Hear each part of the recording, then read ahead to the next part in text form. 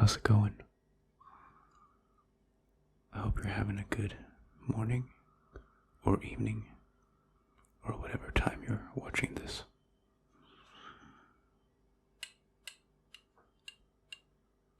So we're in the middle of October, and I just wanted to talk a bit about horror stuff today. I promise I'm not going to jump scare you or talk about anything that's actually scary, but I guess I've just been thinking about horror games and horror stories and my relationship to horror stuff a lot recently, so here we are.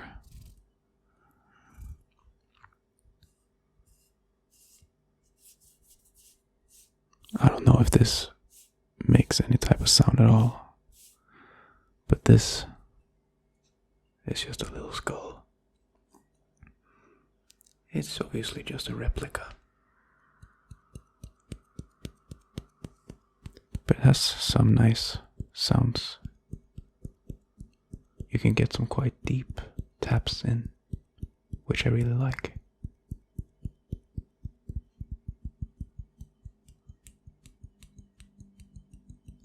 But yeah, horror.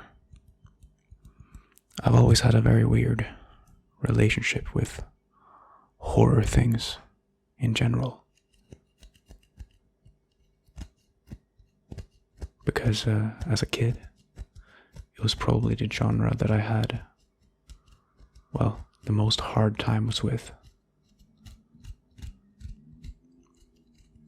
I used to get very easily scared. And the fear that I would feel watching horror movies or reading something scary or just hearing something that attached itself on my brain, it would stay there for weeks easily, to the point where I would make up images in my own head about my house or the backyard and stuff like that. I would feel afraid to run into my house after having been playing in the backyard, especially at night. Nighttime was generally super scary. And so I kinda stopped watching or caring about horror stuff for a pretty long while. But then kind of recently I started enjoying it again.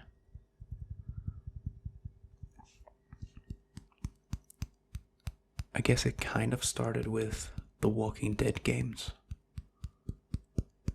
I don't know if people know about it or care about it or remember it, but the Telltale, the Walking Dead games from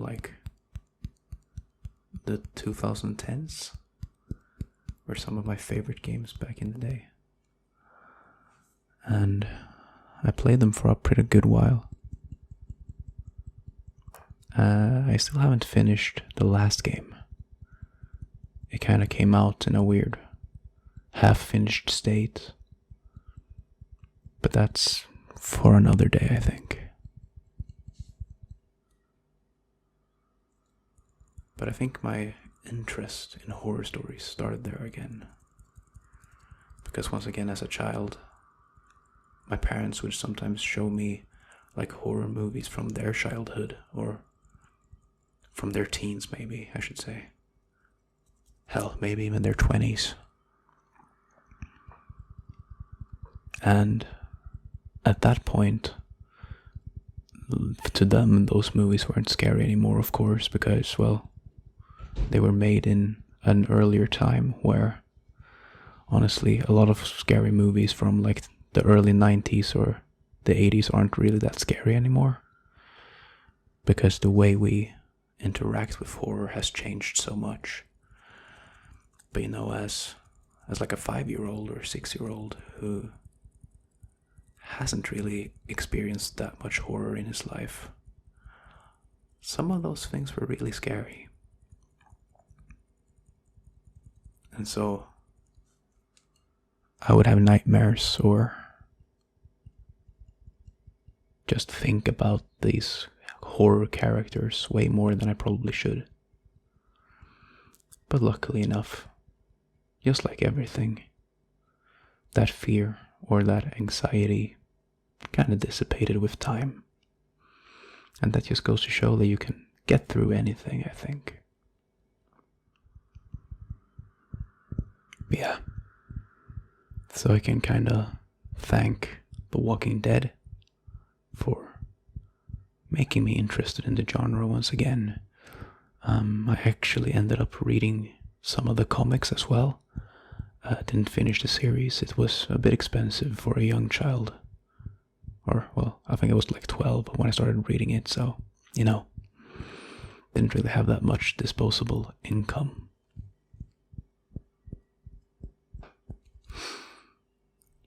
But what I did have was some disposable income, to the point where I was able to purchase stupid gear or,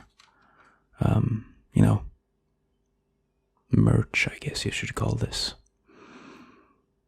This is from the television series where they added the character Daryl, who, to begin with, I didn't really like Daryl, just because he was new, I didn't really see a reason to add in a new character who, I guess, before, like in this beginning of the show, he's kind of cool, but I don't necessarily think he added too much other than just being a cool guy, I guess.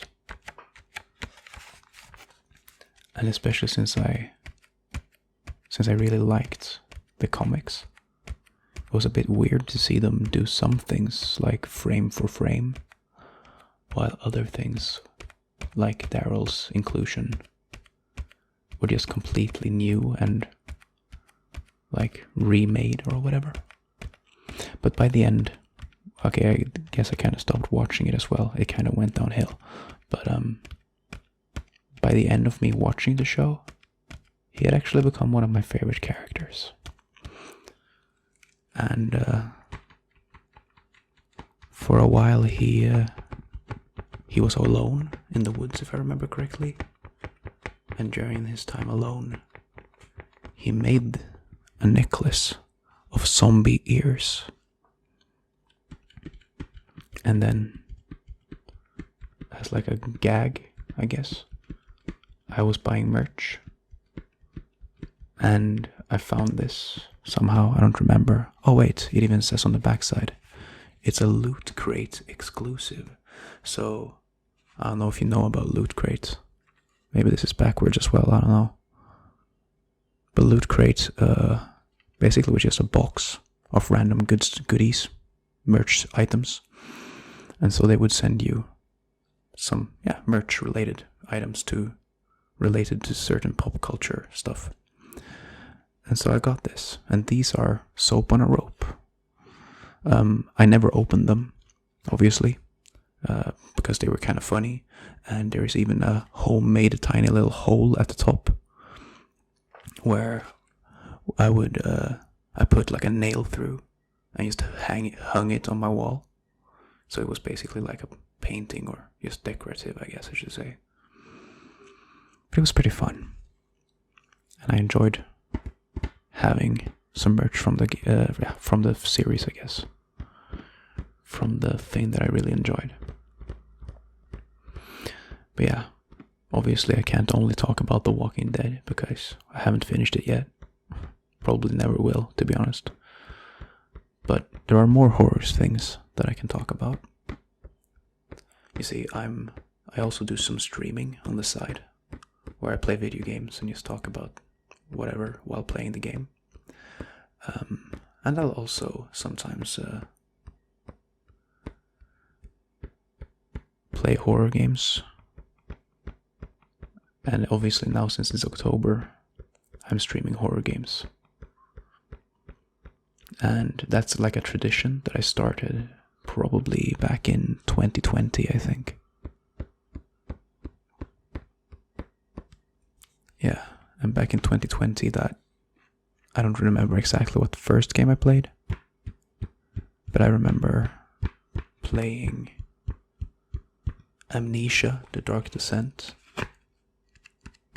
which was a huge game on YouTube when I started watching. Obviously, today we all know PewDiePie for some reason, either because of his Minecraft series or his wholesome vlogs nowadays. But back then he was obviously famous for playing Slender Man and Amnesia and everything. And back then I actually tried to play Amnesia as like a 9, 10, wait, how old was I? Like 11 maybe. I tried to play it back then. But I couldn't really deal with the feeling of being chased. You know, because there's a monster in the game. And even though he's not that strong and like he's not really that dangerous, and now when I played it as an adult, he's not really that scary anymore. What's more scary is honestly the story around it.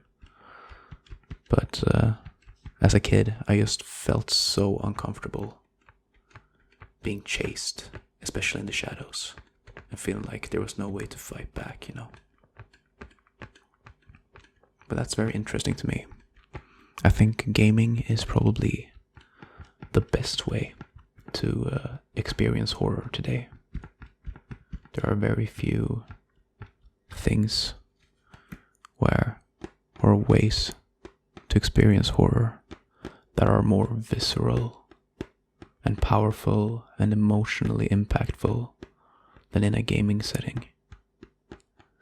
Because it's you in that situation, you know? It's not the character, it's you. And that just creates more fear, I guess, which I really like. I mean, that's the point, right? Why else would I be watching or playing or reading anything horror?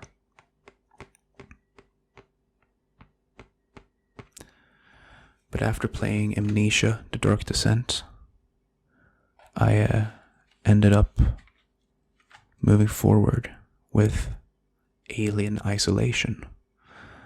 And I'm super lucky that I have this tiny little xenomorph guy that I don't know if he has any fun sounds, but he has a tongue. Look at this little dude. You can even move it back and forth if you want to. He's so cute. Maybe he has some, I don't know. That's a very, very quiet sound, I think. But yeah, I really enjoyed playing Alien Isolation as well. I think I liked it less than Amnesia: The Dark Descent as a whole. Mainly just because it's relatively similar in its gameplay. Obviously you get like a shotgun and a flamethrower, but you still can't truly protect yourself. Like if the xenomorph sees you, you can shoot your flamethrower for like a second or two, but there's very limited amounts of ammo, and he will always come get you. And so you need to be very stealthy, similar to how you play in Amnesia. But I think you get chased less. In Amnesia, if you're being chased, you can almost always outrun the enemy. But in Alien Isolation, in general, it's harder to outrun the xenomorph. He's like a jaguar or something, just running at the speed of sound. The only way to protect yourself is either to hide or to have the flamethrower, which you don't always have. was really fun. And I was super stoked about it being one of the first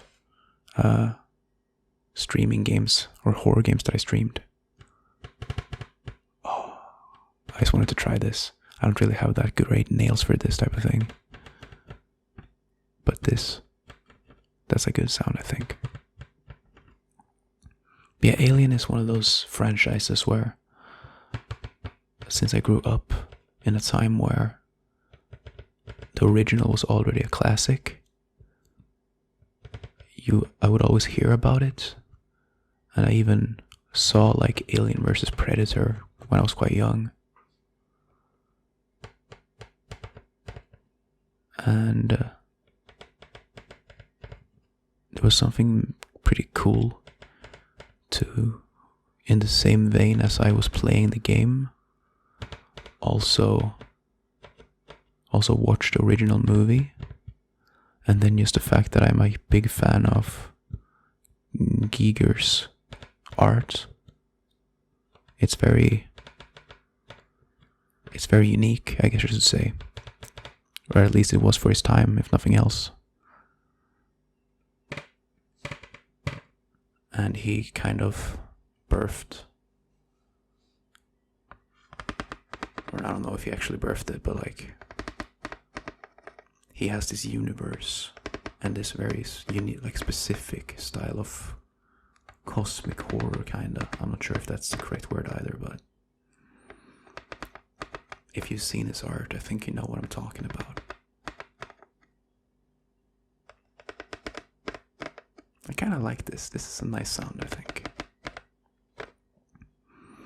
But yeah, I was not a big fan of horror until I started playing Amnesia or Alien Isolation.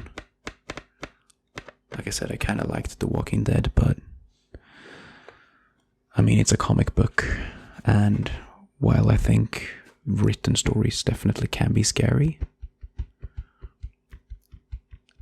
it's still not as scary as those more visceral mediums, I don't think, necessarily, for me personally.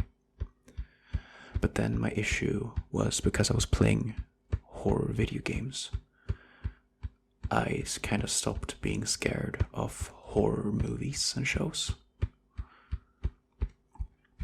Because you just experience the horror very differently.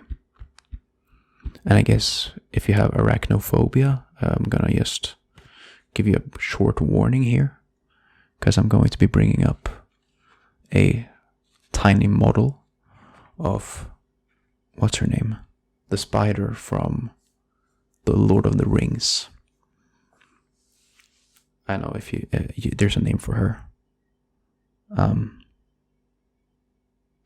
I remember her name in Swedish for some reason, but not in English, which is weird. But I've never seen the movies in Swedish because I don't think they actually translated it. But yeah, I'll give you like, I'm gonna send like a message here that you can see a timestamp to skip to, I guess, if you don't want to look at this. But obviously it's a model, so hopefully it's not too bad, but it's pretty big. And it has articulating legs. And it's been in my family, or in my family's, I guess,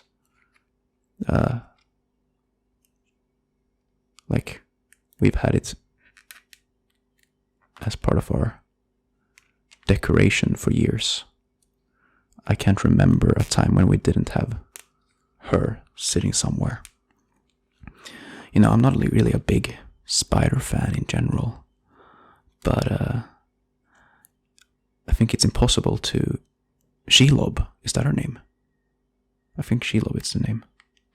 Please tell me in the comments if that's correct, because if that's true, my brain just did a fucking mind blast. Sorry about that. Also, whoa, can I do this? Oh. There you go. But yeah. This also ties back to my fear of horror in movies as a kid. But I don't necessarily think I ever was super scared of her. maybe it was because we had this model, or maybe it was because I always knew that Frodo wasn't going to die or whatever, and I mean, they even fought back, so maybe it wasn't really that bad when I think about it. But I'm not, like I said, a super big fan of spiders in general. Especially big ones. Small ones I can deal with. Especially thin ones. Thin and small ones, those are fine. But as soon as they start getting some thickness, I'm done. I mean, okay, here's the thing. I'm usually super brave if there's anyone else who's more scared than me. That's my thing, you know? Like, if someone says, hey, could you please get rid of this spider? I'm always going to be, for sure. 100%. And if they say don't kill it, just put it outside, then I'll do that. I got him. But I'll do that for someone else. I won't do that for myself. I would never touch a big-ass spider if it was just for myself. I might use a paper and a glass to remove it for myself, if that's just not too much hassle, but honestly, that seems just kind of annoying, not gonna lie.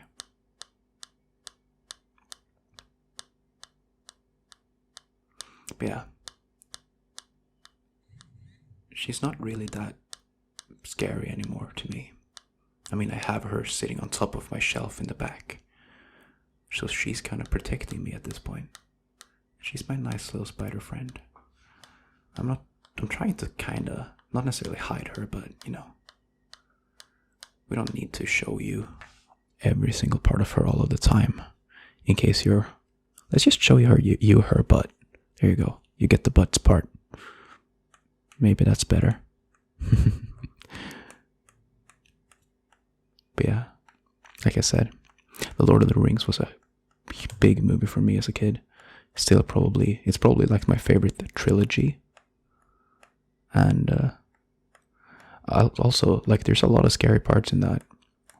I like the scene where they are at the swamp and the souls of the fallen warriors or whatever are trying to lure them in to drown. I used to be super scared of that, and like the faces in the water was like super anxiety inducing to me, which sucked. But obviously I got past it because the rest of the movies are so good. Like, there's so many hype moments, and then the moments in between the hype moments are just either like emotionally impactful or like just cool. Did you know that the actor who played Aragorn broke his toe? I'm just memeing. Alright, let's get rid of you. You don't need to be here anymore. I'm just hiding her, so we don't have to see her. I only have one more little figurine I would like to show you, and this one is going to scare you the most, I think. It's Gizmo. This is actually one of the first merch items, I think, that I bought. Especially one that I bought from outside the country. I went to London with my family when I was like 9 or something, and there's this store called Forbidden Planet. I think it's a chain, but yeah, we went to the one in London, and I bought this little guy. And, oh hey, yeah, okay, I've never read on this piece of paper before because I never really thought of it. Made in China. Figures, huh? But yeah, I know he's a real cutie, but he's from Gremlins, if you haven't seen it. And the gremlins in Gremlins are actually really scary. And I actually was kind of quite afraid of them. I was also really afraid of other alien type characters, for a while I was super afraid of E.T., but I wasn't afraid of E.T. himself, I don't think. I was afraid of the like final scene where Elliot is like dying and they're just like putting him in like a quarantine or whatever. That scene was super like, I thought it was super scary when I was a kid. I don't know why, but it was just like, I guess everyone was crying and he was hurting and E.T. was sad. Everyone was sad. It just fucking sucked. And so sometimes I would just not be super happy watching E.T., even though it's like it's relatively happy movie, no? I mean, you get a friend and his friend goes home and everyone's happy and he eats pizza, I think. So maybe I think it's a good movie, happy movie. But yeah, I was scared of E.T. as well. But yeah, I played so many different horror games now, and I've watched a lot of horror movies recently. I love like movies based on Stephen King books. I think Misery is one of those where it's like it's more of a thriller than a horror movie maybe, but it really stuck with me for a long while. And then there's Gerald's Game, which they also turned into a movie on Netflix a couple of years ago.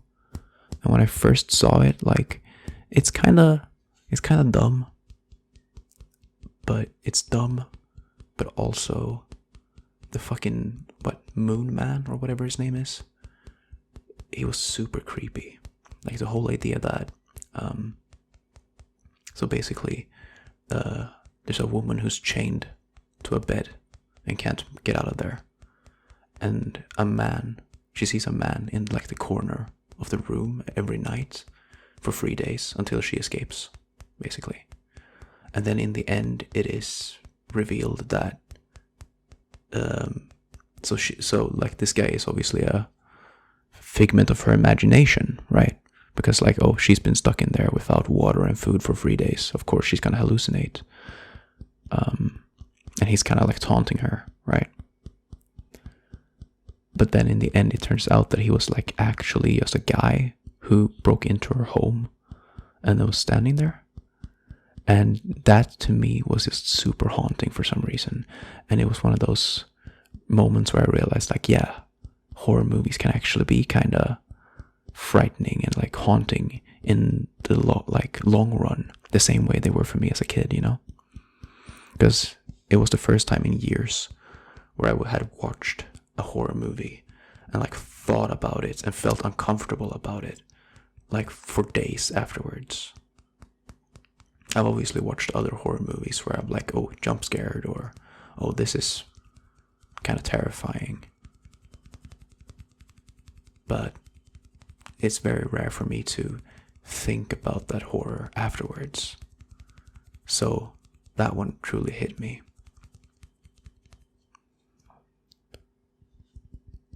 Right now, like literally like 2 hours ago, I'm playing a game called The Coma, like a Korean horror game where you're transported into sort of like a shadow realm where your teacher is trying to kill you and your friends are all like spirits, ghosts, versions of themselves. It's very cool. You're also being chased a lot in it, but you can hide pretty easily and there are like easy safe zones. So I think it's more about the story, but it's pretty cool. I've been trying to watch and play like some older games as well, or like older movies, just to like see where the genre came from and where we are now. But then again, there's also great new games coming out, you know. I obviously have played Outlast, which might be the best horror game ever made. I think most people know about it at this point because it was so big in 2013 when it came out. I think it was 2013. And then obviously like the Resident Evil series, although I think Resident Evil 7 is like the only one that's truly scary. The other ones are just kind of, they're scary, but they also are kind of campy, if that makes sense. They have some sort of, like, the voice acting is always a bit weird, or the writing is not super perfect, or like it feels a bit awkward. And that's like part of the charm. Like, it doesn't make it worse, it just makes it feel different, if that makes sense.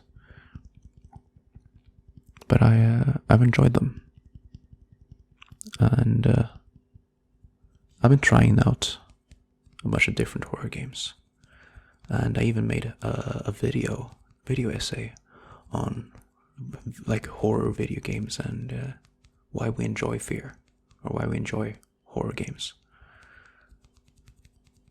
Because there's also, other fears, like the fear of missing out and whatnot, that don't necessarily relate to like feeling endangered, but more like, missing out on things, which obviously is a very common fear I think a lot of people have. But yeah, I think that's a pretty good place to stop this one.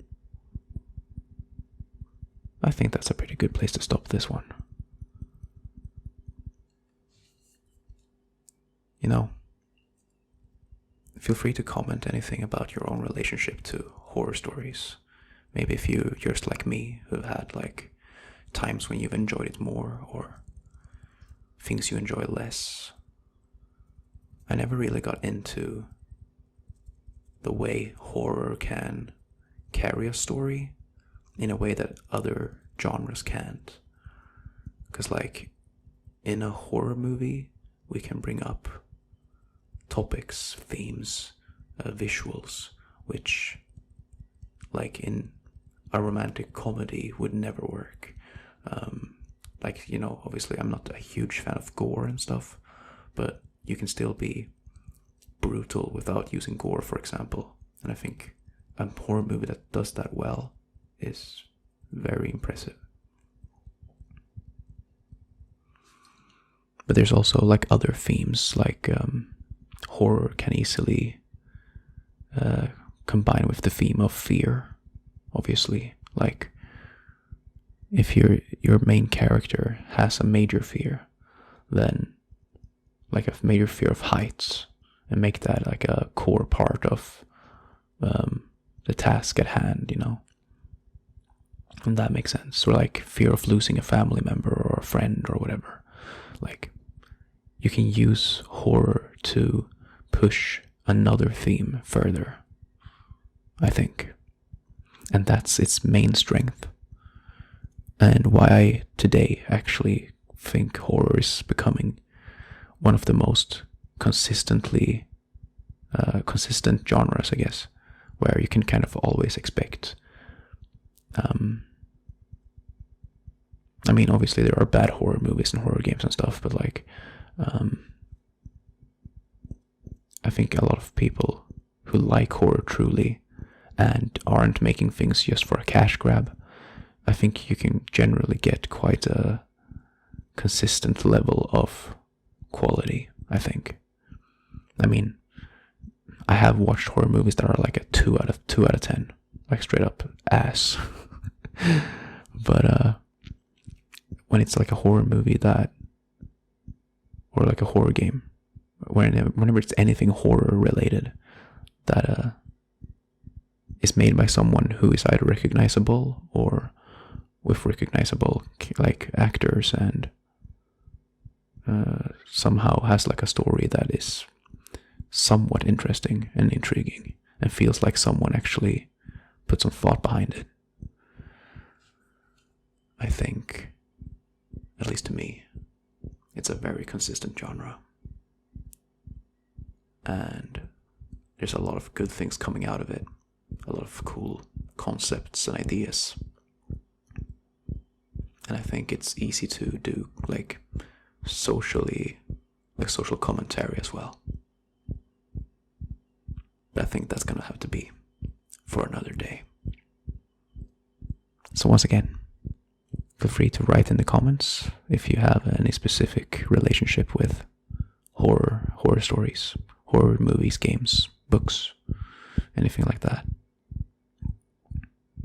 Also feel free to mention if there's anything you'd like to hear me talk about, my perspective on, or if there's any sounds in here that you liked a bit more or less. I don't know, I'm trying to make more sounds while I'm speaking, like tapping and stuff. I think it kind of depends on the objects that I have at hand, which types of sounds I'm going to be making. But yeah, any feedback is always great. And I hope you can relax, even though I'm talking about maybe not so relaxing topics, but that's kind of the point of this entire channel. I just want to talk about literally anything.